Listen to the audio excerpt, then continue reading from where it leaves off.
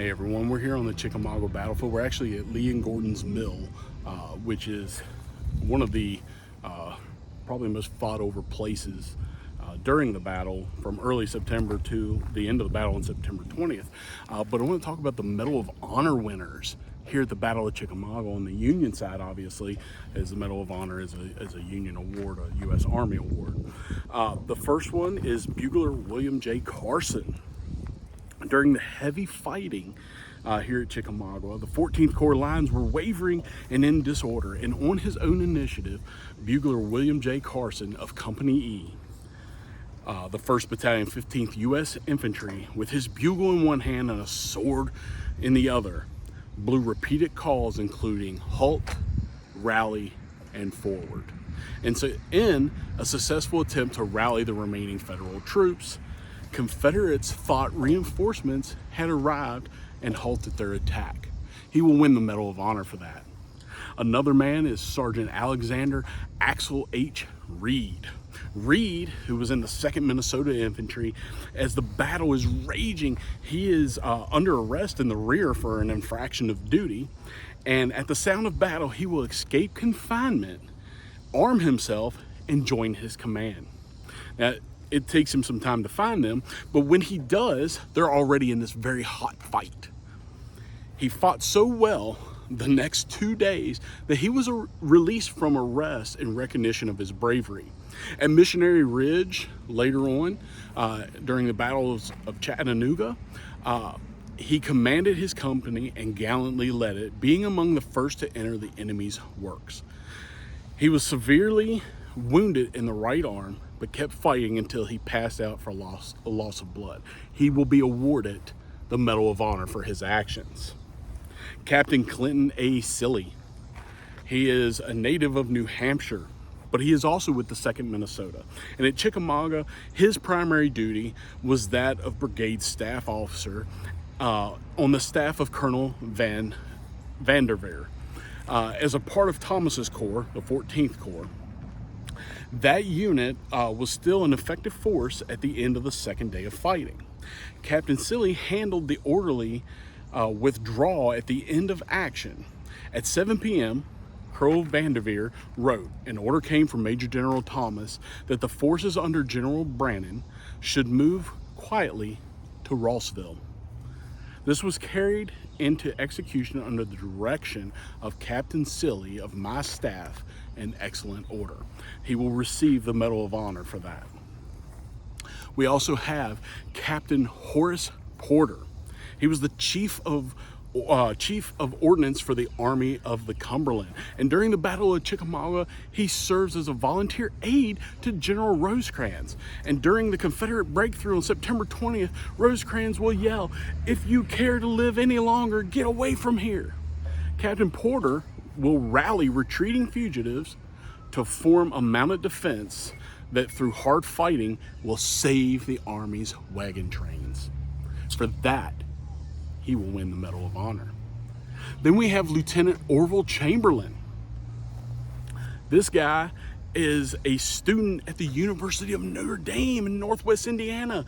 Early in the war, many of his other students, including a few of the priest instructors, followed his example and joined. The school became known as the home of the Fighting Irish. On the 2nd day of battle here at Chickamauga, the fighting was intense, so intense that ammunition became a problem. They couldn't keep up getting the ammunition to the soldiers because of the heavy fighting. And during that time, Lieutenant Chamberlain, in spite of a galling fire from the Confederates, will make his way through the woods and finds another regiment that had plenty of ammunition. He brought that ammunition, very badly needed, back to his own company so that they could continue to fight. And for that, he will win the Congressional Medal of Honor. We also have Lieutenant Anthony Taylor. He was awarded the Medal of Honor on December 4th, 1893 for his heroic action in the 2nd day's fighting here at Chickamauga. His citation reads, "Held out to the last with a small force against the advance of superior numbers of the enemy. Rather than retreating, he will again try to rally some fugitives, and he will hold back this Confederate onslaught. One of many that do so, but he will win the Congressional Medal of Honor. You also have Corporal William E. Ritchie. Corporal Ritchie, during the afternoon Confederate attacks, they were so close to the Federal lines that he's going to find himself actually between the lines of combatants. And acting quickly, he single-handedly will capture a Confederate major who was armed and mounted. By taking the charging enemy's commanding officer, Corporal Ritchie will deny the attacking Confederate forces leadership. He will win the Medal of Honor for his actions here at Chickamauga doing that. I can't imagine being in between the lines and trying to figure out where I need to go and just saying, you know what, I'm going to capture that guy, take his horse, he's the leader of this, I'm going to take him, and now I've caused complete confusion in the other army. Pretty heroic stuff. We also have Private George S. Myers. Now, George S. Myers was part of the 101st Ohio, and he is going to be remembered for saving the regimental colors by great personal devotion and bravery. He will be rewarded the Medal of Honor for his act. The 101st Ohio Infantry had will follow Sherman on the Atlanta campaign, participating in all of those battles, and they marched with Thomas all the way up to Nashville later in the war. But it will be him saving those colors that will earn him the Medal of Honor. And last but not least, we have Sergeant William Whitney. Whitney is part of Company B, the 11th Michigan Infantry Regiment. He was a sergeant when he came here to North Georgia, to Chickamauga, in September of 1863, and he will take part in both days of fighting on September 19th and 20th here at Chickamauga. But during the second day's fighting, General Negley, who had left the field, Colonel Stanley pushed forward his brigade until he found General Thomas, who ordered him to advance in support of General Beatty, with the 1st Brigade. Beatty had been struck by a ball or a small piece of shell on the right shoulder and was unable to continue in command. He turned over command to Colonel Stroughton of the 11th Michigan.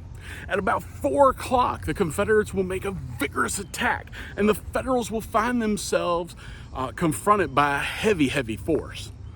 The enemy having planted their colors within 100 feet of their breastworks.